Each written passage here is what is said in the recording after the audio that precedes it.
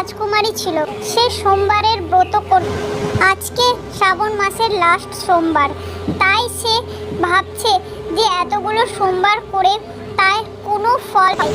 তাই মহাদেবের উপরে লাস্ট জল ঢালার পর তার অনেক সুখবর আসতে শুরু করে। এক নাগিন এক জঙ্গলে অনেক দিন থেকে অপেক্ষা করছে তার নাগরাজের আশায়, কিন্তু তার নাগরাজ আসে না।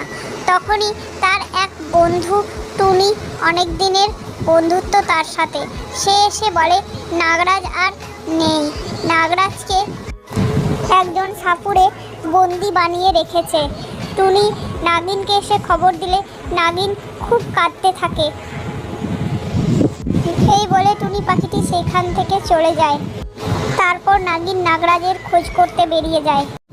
অনুভব আর অনুভবের টুনি স্বাধীনতা দিবস পালন করবে, তাই তারা অনেক খুশি আছে আর সবাইকে সিঙ্গারা খাওয়ানোর আয়োজন করেছে। আর টুনি সিঙ্গারা ভাজছে আর অনুভব ওইদিকে পতাকা সব ঠিক করছে। তারা পতাকা উত্তোলন করছে, আরও কিছু টুনি পাখি এসে তারাও দেখছে আর দেশাত্মবোধক গান বাজিয়ে তারা নাচছে। তারা সবাই একসাথে বন্দে মাতরম বলে পতাকা উদযাপন করলো। জনগণ মন অধিনায়ক জয়।